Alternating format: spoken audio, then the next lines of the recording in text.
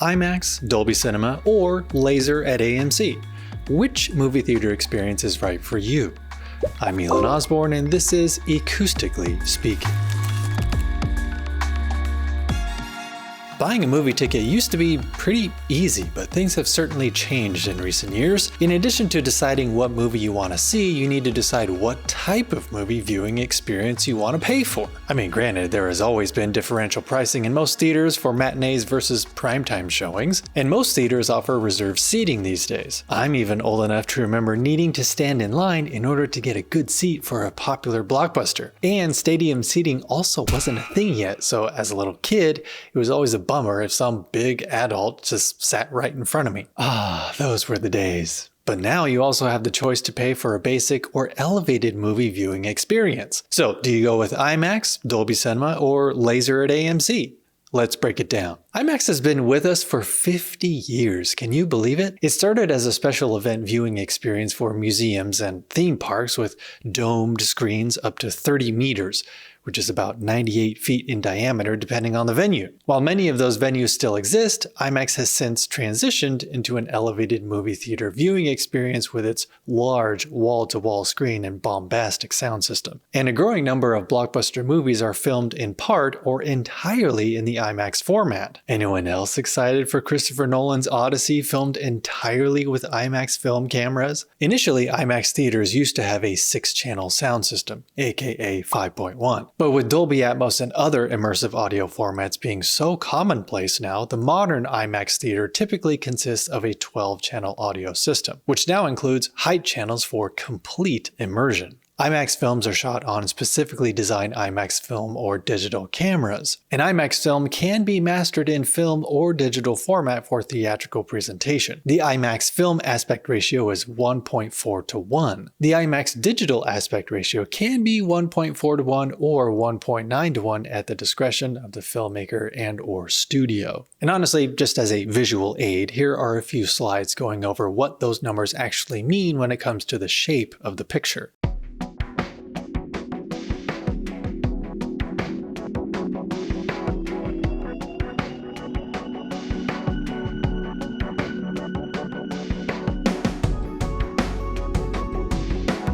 Just FYI though, even if a film hasn't been specifically shot with the intention of being shown in an IMAX theater, IMAX still does offer plenty of theatrical certifications and proprietary formatting to be done by their teams to get an IMAX experience. A very recent example of this is the 45th anniversary of Stanley Kubrick's The Shining, which was just released in IMAX for the first time ever. IMAX film aspect ratios provide both a wide and vertical immersive viewing experience. However, it must be pointed out that if a film only has some segments shot in IMAX, a standard widescreen image will be displayed in between the IMAX segments. This means that viewers will notice aspect ratio changes during the viewing experience. Again, Christopher Nolan films come to mind, like The Dark Knight and Interstellar home video releases that I own, which go back and forth between letterbox bars on the top and bottom for some scenes, and boom, taking up the entire TV's real estate in others. So the same would happen while in an IMAX theater. And speaking of home releases, there are 2 ways you can get an IMAX experience in the comfort of your humble abode. An IMAX private theater, which is of course reserved for those with loads of cash to spend, as in be ready to shell out at least $400,000, along with providing a very large dedicated theater room. Although I think they may have discontinued that program if I'm not mistaken,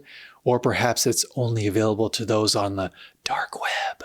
Or for most consumers like you and me, there is the IMAX Enhanced program, which provides some IMAX enhancements to certified off-the-shelf TVs, projectors, and audio components in partnership with DTS, which we have done a deep dive, just FYI. Desiring to be an alternative to IMAX in the movie theater space, Dolby started offering its Dolby Cinema platform to movie houses in 2014. Dolby Cinema combines the benefits of Dolby Vision HDR and Dolby Atmos and applies them to the commercial cinema environment. On the visual side, Dolby Cinema utilizes a laser projection system developed in partnership with Christie Digital. The system includes 2 4K laser projectors that are capable of providing high brightness for both 2D and 3D images. When projecting 3D, the proprietary Dolby 3D format is used. Dolby Cinema projects images with a 2.4:1 aspect ratio, which displays a very wide cinematic image, but does not provide the vertically immersive images that IMAX can display. On the audio side, Dolby Cinema theaters feature a Dolby Atmos sound system. Depending on the theater size, the system can range from 16 to 64 channels of audio and up to 128 individual speakers. Also, each channel may be capable of outputting as much as 2,000 watts per channel. You definitely won't be able to get that much power at home. The theatrical debut of Dolby Atmos came with the release of Pixar's Brave back in 2012. Dolby Atmos is an immersive sound experience with not only speakers enveloping the audience to the front, sides, and back,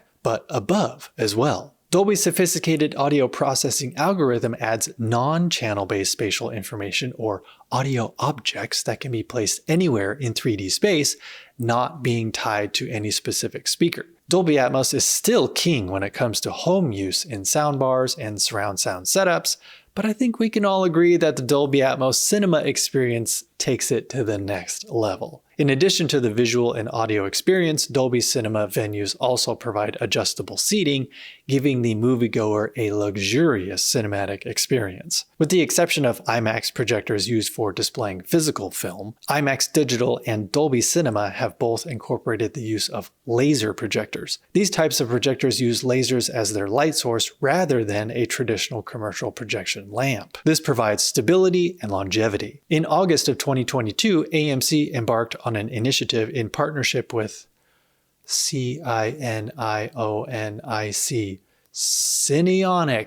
to employ laser projectors for all of its prime screen rooms. This is in addition to laser projectors already in use in AMC's Dolby Cinema venues. Laser at AMC is already available in the Bay Area, LA, and New York City markets, as well as Chicago, Atlanta, Dallas, and Kansas City. But you should honestly check AMC's website because there could be a laser theater near you. Once the AMC and Cinionic implementation is complete, AMC will have converted over 3,000 auditoriums from older xenon lamp-based projectors to laser. This will not only allow AMC to elevate the movie viewing experience for prime non-IMAX and Dolby Cinema screens, but the cost of maintenance will decrease substantially as laser projectors can provide up to 6 years of use without the need for periodic lamp replacement. As far as audio goes, systems will vary depending on location, so you need to check your local theater for details. And lastly, as you may already know, all three options support 3D viewing experiences at the discretion of IMAX, Dolby, and AMC. However, not all locations offer that option. 3D with Dolby Cinema is the most rare of the three, for example. So again, you definitely need to check individual schedules to be sure. And there you have it, folks. I know the theater-going experience has been pretty abysmal since COVID, but 2025 has honestly been a bit of a resurgence. The general public showed up in droves to see Sinners, a Minecraft movie, Jurassic World Rebirth, Zootopia 2, Lilo & Stitch, Superman, F1, Mission Impossible, and more. And 2026 is already looking stacked as well for potential box office bangers. So let us know your preferred format to experience on the big screen in the comments below. And with that, to keep up on all things movie theaters, home theater, home audio, hi-fi, wearables, gadgets, and tech, be sure to bookmark ecoustics.com. Until next time.